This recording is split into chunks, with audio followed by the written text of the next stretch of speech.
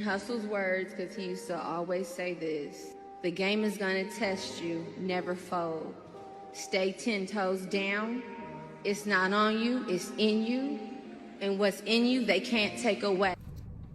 Hey lovelies, thank you so much for tuning in. If you're new here, hi, my name's Lena. So I noticed on the one video where I posted about the red flags that I chose not to see with my ex, I was looking through the comments, and underneath I got like a kind of insensitive comment, in my opinion. It was basically just asking me like to make another video about the actual abuse, because all that stuff like basically didn't count or like wasn't considered abuse. It just seemed like my ex was a bum. Though that is a little bit true. I think I said in the video like I don't really want to talk about like exactly like all the details. I mean, I did a video at the beginning of this to show you guys like a little bit of what was going on, but I mean, it was just so much. There's just so much to unpack, and I really don't even know like where I would start, because if I truly do this video, it's just gonna sound like I'm bashing my ex, which I'm not intending on that to be the case. I just wanted to, you know, share my experience with you guys in hopes that it could help you not ignore the same red flags that I did. It's kind of toasty in here. I guess a really significant time was when he had just got out of jail and he moved in with me. He had been in my apartment for a few weeks, and we were playing around, kind of like wrestling, and I was on top of him and I started doing like raspberries like that, and I guess a little bit of spit got on his face and he slapped the f out of me. Like, I was in shock because we were just playing around, you know. It wasn't like I actually tried to spit on him.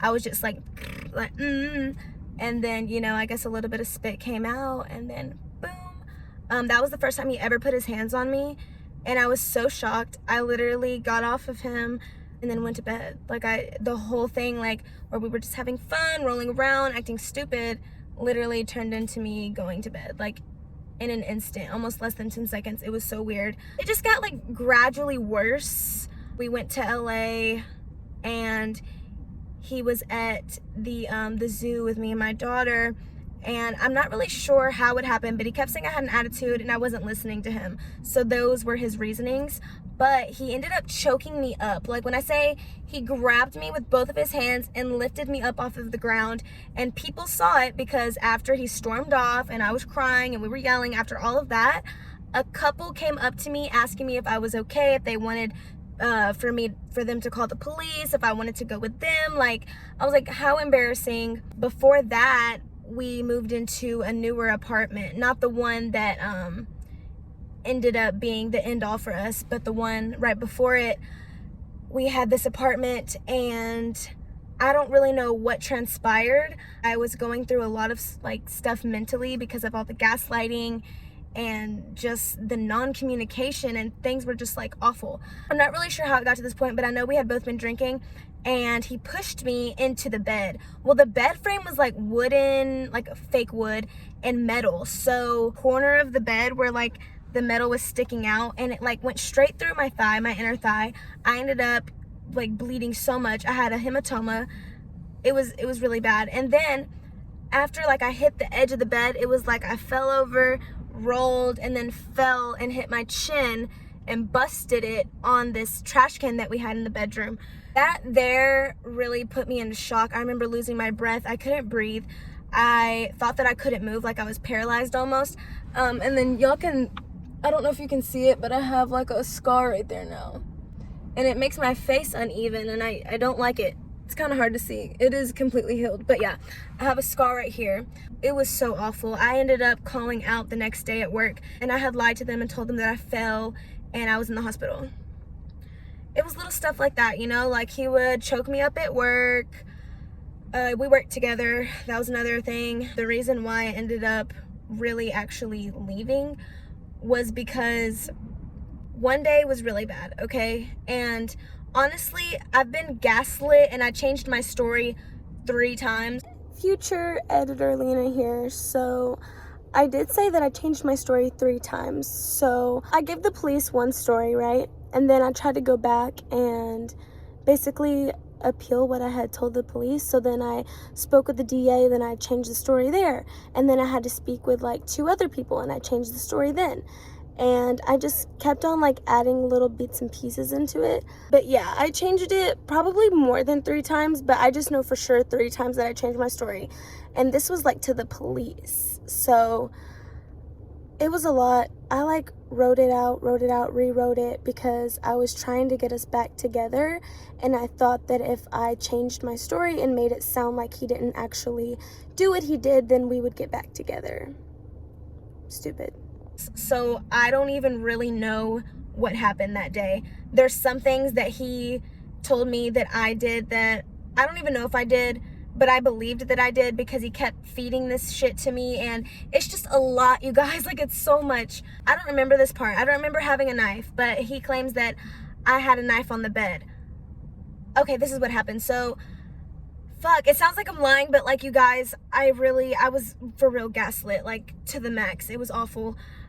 So I draw, and I sometimes like to have things in my hand or something like to look at, like reference, like a still photo. And so I had this kitchen knife in my hand because I wanted like my hand's view, like me holding a knife like this, so I could draw the fingers and then just like look at it. So that's what I was doing. I had cut myself way prior to that, like probably some days before that, because I was self-harming. But I wasn't using the knife to self-harm, I was using it to draw. And so at some point I put it on the bed, then I went to the bathroom, did some laundry or whatever, and then he came home and he was like sitting behind the bathroom door, in between the space of the door and then the window.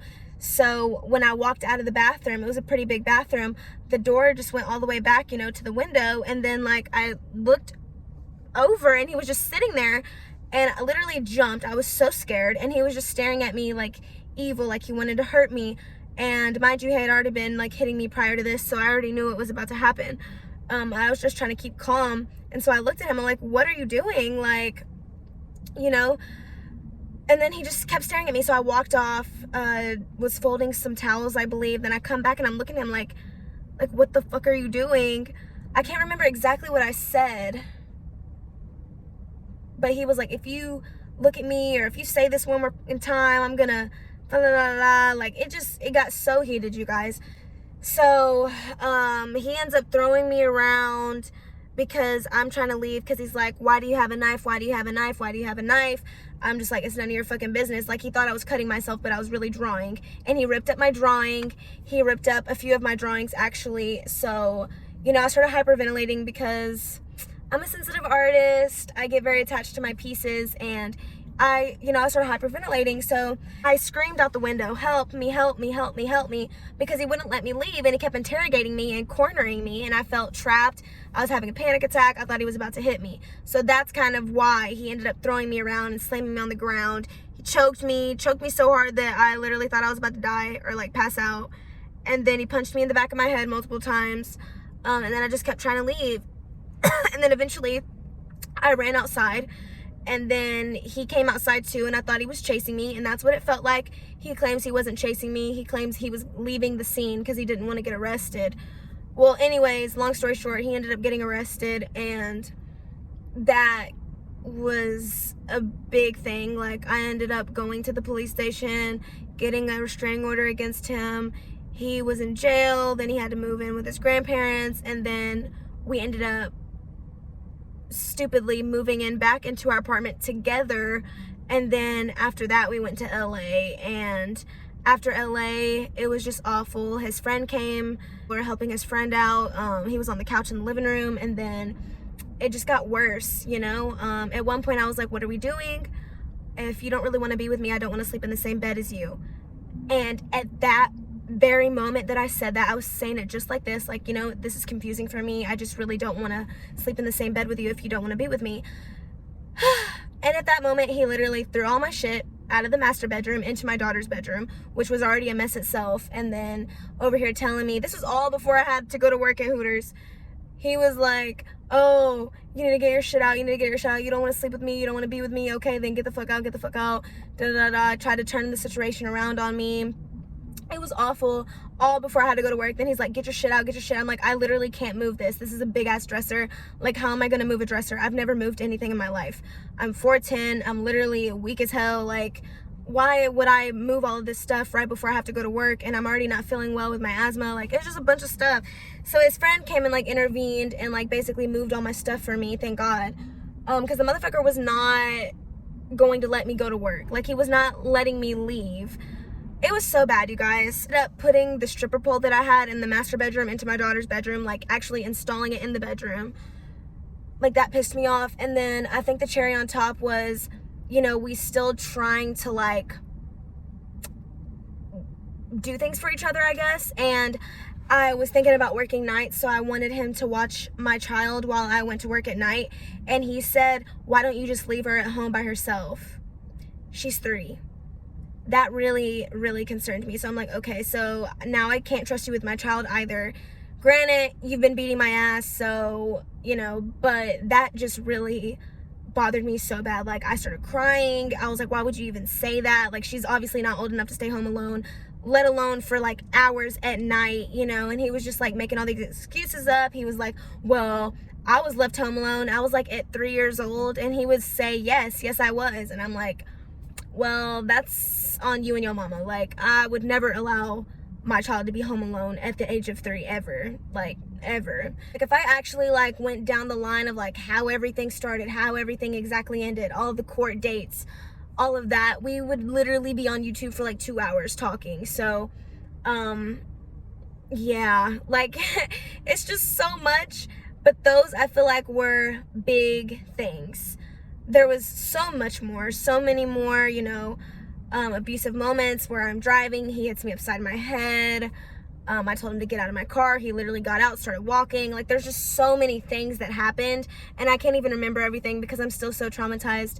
But I will say this, that I am no longer afraid. I really feel like J-Lo in Enough. I just didn't get my lick back.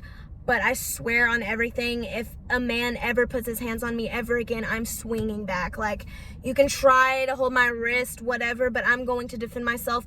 And if I can't defend myself, I'm going to run. Like, I will never allow a man to gaslight me, beat on me, or, you know, manipulate me, control me ever, ever, ever, ever again. Like, I will never be that emotionally invested into someone who's hurting me ever again. I very much had that, what is it called? That gypsy girl, what does she have? The person who's being abused forms some type of relationship with the abuser, and it's almost like romantical, like you're sucked in because they say they won't do it again. So you start, you know, you make up, whatever, then they do it again, then they knock you down, and then they say they're sorry, they'll never do it again. So it was a lot of that, like a whole circle, right? Eventually, he stopped apologizing, you know? It would just be like, fuck you, you deserve this, you don't listen, you piss me off, you don't do this, you don't do this, you don't do this. There was no more comforting, and he no longer said he wouldn't do it again. He just kept doing it and doing it and doing it. We were together for almost 3 years, but like the last year, I was slowly becoming less and less attached to him. I just couldn't leave. I was not about to go to a shelter. I didn't want to move back in with my mom, but here I am, and I feel like I'm starting from the ground up, and it sucks, but this is where I am. So thank you for watching this video. I hope that it cleared up some stuff. I don't know, guys. I mean, he would beat me up, like, and granted, I was cutting myself. I did take out a knife and threaten him with a knife before, like so many things. I did try to commit suicide. It was just a lot of stuff, you know? And even though it was a lot, I don't ever feel that I deserved to be hit the way I was. I only ever hit him first once, and that was around the time when he had first got out into jail and he moved in with me. We were both in the bathroom, and he like swiped up on a girl's Instagram and put heart eyes like right in front of my face, like while I'm brushing my hair. And I was just like, what the fuck was that? And he lied about it right in my face. So I did get pissed the fuck off, and I hit him in the face. But like, why are you lying, you know? I still should have never hit him in the face. And there was a long time in between then and to when he really started beating my ass. So that wasn't like the thing that started it, you know? There was really nothing that I can remember that I personally did to him to give him a good enough reason to do what he did to me. Ever. Towards the very, very end, I did pick a lot. Like, I picked and picked and picked and picked. But it was because I almost wanted him to hit me, because of all of the fucking trauma and I was just engulfed, and I just wanted him to do something at that point. But that was like the very, very end of all of it. There's just so much, and I still can't remember that word. I don't know, but whatever the word is, I'll figure it out, and I'm gonna put it up here because I'm like, bro, that is literally what I had. Stockholm Syndrome, that's what it is. I was obsessed with him. Ugh, I was lying to everybody. Like, it was just vomit, ew. But yeah, so there's really nothing that can what is it? Nothing that can prepare you to get your ass beat. I mean, it's not only the physical, it's the emotional, the mental. Also abused money. It was every aspect of abuse you could ever think of put in together. And after the fact, we had already been together. He took care of me while I had COVID. Like, we already had a relationship, you know, and then that started happening. So it was a lot. I really didn't even have to make this video. I just felt, you know, that I wanted to, even though it wasn't very well constructed, but it's just all jumbled up in my brain, you guys. Like, I don't even know. That's not even half of it. Like, I can't even express the terror, the anger, the sadness I experienced during that time. There's no words for it. And honestly, I feel like I'm downplaying it in my brain because of how traumatic it is. I've pushed it, you know, pushed it back, so I can't really feel those things anymore. But it was bad, and I definitely did not want to be on this earth anymore. But here I am, here to tell y'all my stories. Hopefully y'all can learn from them. I love you guys so very much. I hope this story was, or gave you guys some insight on what happened. Yeah, so love you guys so very much, and I'll see you in the next video. Bye.